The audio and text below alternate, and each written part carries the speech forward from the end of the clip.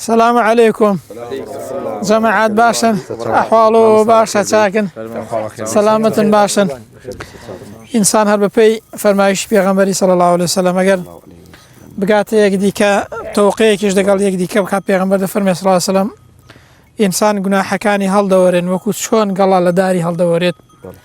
إنسان بتوقع كرني لقال يديك جناح وتوانا كاني هالدورين إن شاء الله خواهي ورا بنجار لو كساني كجناحيان لذبنوه سلام يا ربي والله ما مثلا مش هالبرشارك الشرعين لا دروس بوها تسر أو هنان و برنامج جلبي كلو دي روشلاته وبرو إيرا كان ده والله تأخذ جائزة للروشر أو تشكال جاري ويا كشني تيدا كوي لسروي أو مالاتي كديني شوانا كان جاني براسي خطريا لسرجان هيو جاري ويا بزنجو سري حيوان بزيد مني دحبات ساوكاني دكولي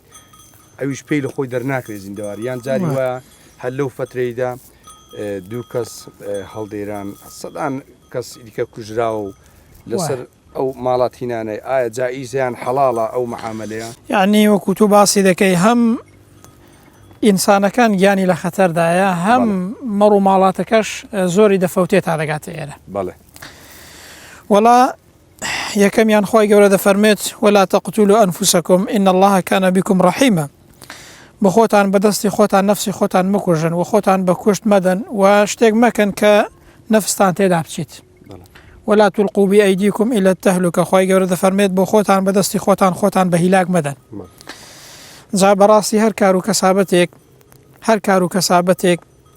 اگر مترسی یان تداسونی هبت او بپی فرمایشتی خوای پروردگار بپی فرمایشتی پیغمبر صلی الله علیه وسلم دروز نیه کواتا هم لو رویه و دروز نیه که انسان یانی لخطر دایا کارێک بکات کە گیانی بکەوێتە خەتەر و تێدا بچی و وەکو بڵێ لەو ڕێیدا ئینسان بکوژرێت یاخود ڕق ببێتەوە لە بەفرێدا یاخود نەگاتە ئێرە دووهەمیشیان هەم دروست نییە لەو ڕۆیەوە کە ئەو مەڕووماڵاتە لە خەتەردایە کە زۆر جاران زۆری دەفەوتی هەتاوەکو دەگاتە ئێرە ئەنجا بەڕاستی زۆڵمکردن نەک لە ئینسانی بەڵکو لە حیوانیش دروست نییە بەپێی فەرمایشتی صحیحی پێغەمبەری صلی الله علیه وسلم ئافرەتێک پشیلەیەکی لە ژوورێکیدا سەجن کرد بوو هەتاوەکو مرد نا ئاو نەخواردن و خواردنەوەی پێ نەدا پیغمبر صلی الله علیه و سلم فرمووی ئەو ئافرەتە لەبەر ئازاردان و ئەزیەتدانی کوشتنی ئەو پشیلەیە چۆ جەهەنەمێ جا ئەگەر تەماشا دەکەی یعنی پشیلەیە کە یعنی ئەو سوودەشی نییە وەکو مەڕێک ئەو سوودەی هەیە یعنی ئینسانێک ئافرەتێک لەبەرەوەی کە پشیلەیەکی ئەزیەت داوە مەسەڵەن لە ژوورەکەی خۆیدا سەجنی کردووە تاوەکو لە برسان مردووە پیغمبر فرمووی چۆ جەهەنەمێ ئەی ئینسانێک جاری وا هەیە یعنی چەند سەرمەڕ لەو ڕێگایدا دەفەوتێنێت لە بەفرێدا ڕق دەبێت ناگاتە ئێرە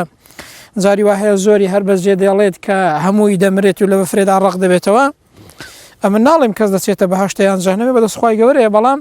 پێغەمبەر صلی الله علیه وسلم فەرمووی ئەو کەسەی کە ئەو پشیلەی ئەزیەتدا چۆ جەهەنەمێ لەبەرەوەی یەک پشیلەی ئەزیەتدا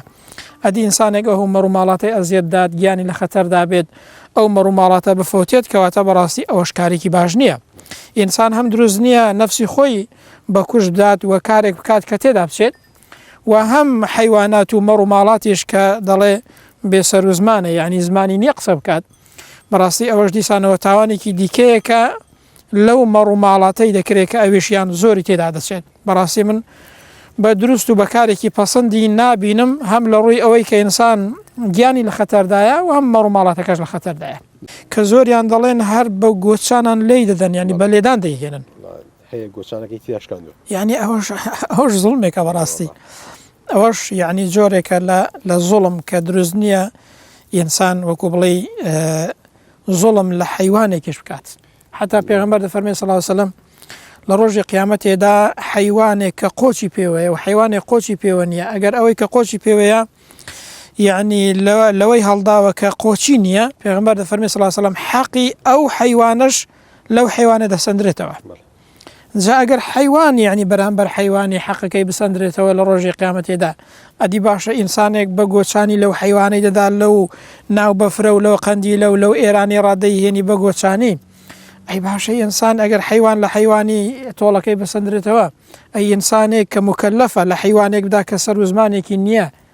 و نییە کە دەنگ ناکات ئایا حەقی لە نەسەندرێتەوە خۆی گەورە پەنامەندات ئومێدمان وایە و من پێم باشە هەموو کەسێک کە دەنگمان دەبیستێت لێرەوە و لە هەر شوێنێکی واز لەو کار و کەسابەتی بێنی یەکەم کە مەترسی گیانی تێدایە